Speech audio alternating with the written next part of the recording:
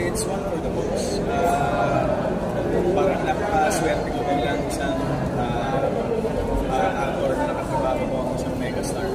And at the same time, yung naging experience ko while working with her, hindi kung ano yung nakikita ko at babalitaan ko kay mama, yun yung pinaramdam na sa akin. And hindi lang kasi kami, yung feeling, hindi lang kami nagtatapos dito sa pelikula. Kasi our relationship was beyond work. So I'm very proud and thankful for that sense. Work na po ulit. Marami na po. It's one for the books. Back, mga kaaldab. Ito na naman po ang inyong lingkod, si Mr. Destiny. At magbibigay po tayo ng pinakamainit na update po ngayon sa social media. Ramdam na ramdam po ang presensya ng Aldab, mga kaaldab, dahil sa ginawa nga po ni Alden Richards na ipalandakan po sa social media yung wedding ring. Kaya lang syempre wala naman po talagang papansin dyan eh. Di po ba? Wala naman po talagang magre-react para tignan, para pilitin, di po ba? Sabi ko nga po sa inyo dito po sa channel ni Mr. Destiny, kung ano lang naman po ang latest, kung ano lang naman po ang trending, doon lang naman po tayo. Bagamat marami nagsasabi ng ganito, ganyan, hindi naman daw totoo, sinuot lang yun ni Alden para ganito ganyan. Alam niyo, sa totoo lang po, kumbaga mahirap po talagang ipilit ito. Sabi ko nga sa mga mami, sa mga tita, sa mga senior, relax lang po kayo. Maging kampante lang. Di po ba? Ito na nga po, pinapakita nila ni Alden. Although hindi yan pag-uusapan ha. Alam naman po natin na yung mga netizen talagang hindi po tututok sa wedding ring. Ang masaya po tayo. Tayo po yung nakakaalam. Tayo po yung nakakaintindihan. Kaya nga po yung iba nagtataka, bakit ang Aldab kaprasong update lang, marami ng reaksyon, marami ng kumbaga pinapaliwanag. Sa totoo lang po, lagi ko naman po pinapaliwanag to. Kung Aldab Nation ka, mas madali tayo magkakaintindihan. Mas madali tayo magkakaunawaan. Di po ba? At dito po sa channel ni Mr. Destiny, wala pong paasa. Di po ba? Kasi sabi ko nga po, wala naman po tayong ibabato na hindi pinag-uusapan eh. Kung Aldab ka since 2015, dun po tayo madali magkaintindihan. Pero kung namulat ka itong 2023, ay hindi, di po ba? Mag-aaway lang po talaga tayo. Ang ibig kong sabihin, lahat ng sasabihin ko, ibabash mo lang. Kasi nandun ka sa point na kinasal si Mengay at si Congressman Arjo eh. Di po ba? Nandun ka sa point na sasabihin mong kasal na yung isa eh. Bakit dinidikit nyo pa? Di po ba? Hindi talaga tayo magkakaintindihan. Kasi lahat ng sasabihin ko, eh yun po yung ibabato mo. Pero kung since 2015, Aldab ka na, hanggang ngayon, naniniwala ka pa rin kila Mengay at Tisoy, mas madali tayo magkakaintindihan. Kaya nga po lagi kong pinapaliwanag at sinasabi na itong 2023, eh wala po akong makukuhang bagong viewers. Wala po akong makukuhang bagong subscriber. Pero bago nga po talaga tayo magsimula o bago tayo magsimula ng ating pinakamainit na update, kung bago ka lang sa channel na to at isa kang true blooded Aldab Nation na nagmamahal po kila Mengay at Tisoy, tama po ang channel na pinuntahan mo, kaya consider na po kitang bagong subscriber. At huwag mong kalimutang i-share ang mga video po natin sa mga mami, sa mga titas at sa mga senyor.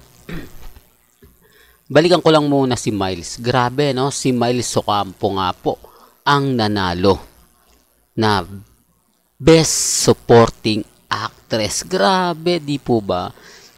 Nakakataba talaga ng puso. Ito yung sinasabi ko na kumbaga hindi nila naintindihan. Sinasabi nila hindi naman daw kasi maganda yung eksena ni Miles, maliit lang, maigsi lang yung eksena niya, kaya hindi siya masyado dumikit kay Alden.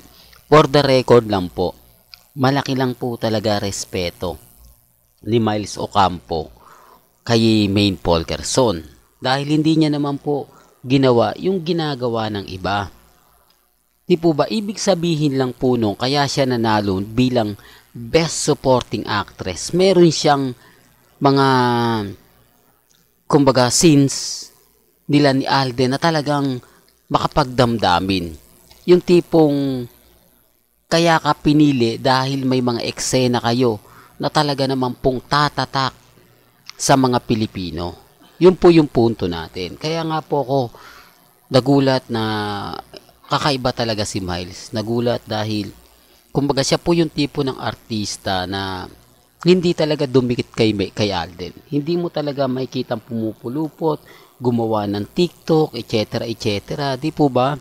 Yung tipong nagpapa-interview pa ng gwapo talaga ni Alden, etc. Yung tipong ganon na kayo ba, anong malalaman mo ba kay, yung tipong ganon, ibig sabihin, i-interviewin si Miles tapos papaliwanag niya yung charisma ni Alden, etc. etc. Napakagwapo talaga, talagang bigay na yung ibig kong sabihin, alam ko madali nagegets ng hirap po talaga kasi sabihin pag lalaki kayo, no? Pag babae ka siguro, mas madali mong i-approach yung mga gusto mong ipaliwanag para sa mga babae o sa mga lalaki na, eto halimbawa lang po, baliktad din natin senaryo, no? Kasi mas madali kong sabihin halimbawa, napakaganda po niya, grabe yung appeal niya na talagang pag tinitigan ka, yung tipong ganun. Di po ba na lahat ng sasabihin ni Miles talagang mapapaisip ka ng gusto? Pero bakit hindi nga po niya yung ginawa? Doon pa lang parang hindi na talaga ibig kong sabihin may mali na Di po ba? Pero gaya na sinabi ko, yan ang tinatawag na respeto. Ibig sabihin lang po talaga noon, patunay lang po yun na malaki talaga respeto ni Miles kay Maine Mendoza.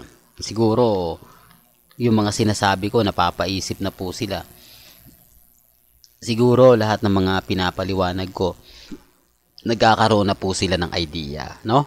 Yan ang, kumbaga, paliwanag na talagang umaayo naman, hindi gawa-gawa lang. Kaya nga po yung mga mamis, mga titas, mga senyor, na kapag pumupunta sa channel ko, madali kami nagkakaintindihan Madali kami nagkakaunawaan. Di po ba? Kasi ito nga po talaga yung totoo. Tapos ngayon, pinakita na yung wedding ring. Doon pa lang masaya na tayo Doon na lang, kumbaga, may may something na. Kaya lang, syempre, ito yung hindi nila matanong si Alden. Hindi nila po pwedeng ibahin yung issue at tumutok sila sa wedding ring. Hindi po ba? Kasi single lang si Alden. Hindi po ba? Yun naman po talaga yung lagi niyang sinasabi. Yun naman po yung lagi niyang pinapaliwanag. At aalis na nga po siya sa ibang bansa, papupunta. Di po ba? Madaling sabihin na pupunta ako ng US. Madaling sabihin na pupunta ako ng Japan. Pero sigurado nga po ba na kapag nasa ibang bansa, hindi siya pupunta o wala silang pagkikita? Ito yung nakakatuwa. Di po ba? Na para lang makumpleto mo yung isang sarswela, para lang makumpleto mo yung mga kaganapan, gagawin mo to. Kaya nga po, nire-remind ko lang sa mga ayaw po sa channel ko, sa mga gigil na gigil sa channel ko, wala po kayong magagawa kasi ramdam po namin yung presensya. Ramdam po namin yung pagmamahal ng Aldab at nila Mengay at ni Alden. Kaya nga po sinabi ko sa inyo, yung schedule po sa abroad ni Alden Richards at ni Maine Mendoza, nakasetup na yan. Di po ba? Hindi nyo na po pwedeng sabihin na hindi, kaya lang naman pumunta kasi ganito ganyan. Si Congressman Arjo, wala naman pong post sa kanyang Instagram, sa Twitter, sa Facebook. Di po ba? Umiiyak na nga yung iba Nagre-request na magbigay ng update. Di po ba? Yan yung, tapos sasabihin nila, buhay na buhay daw yung Armin. Saan banda? Di po ba? Saan buhay na buhay ang Armin? Tamad nga po mag-post yung iniidolo nila. Tamad nga po magbigay ng update yung sinasabihan nila. Pero kaya na sinabi ko, wala po ako sa posisyon para ipilit yan. Wala po tayo sa posisyon para, kumbaga, kumbinsihin, sabihin.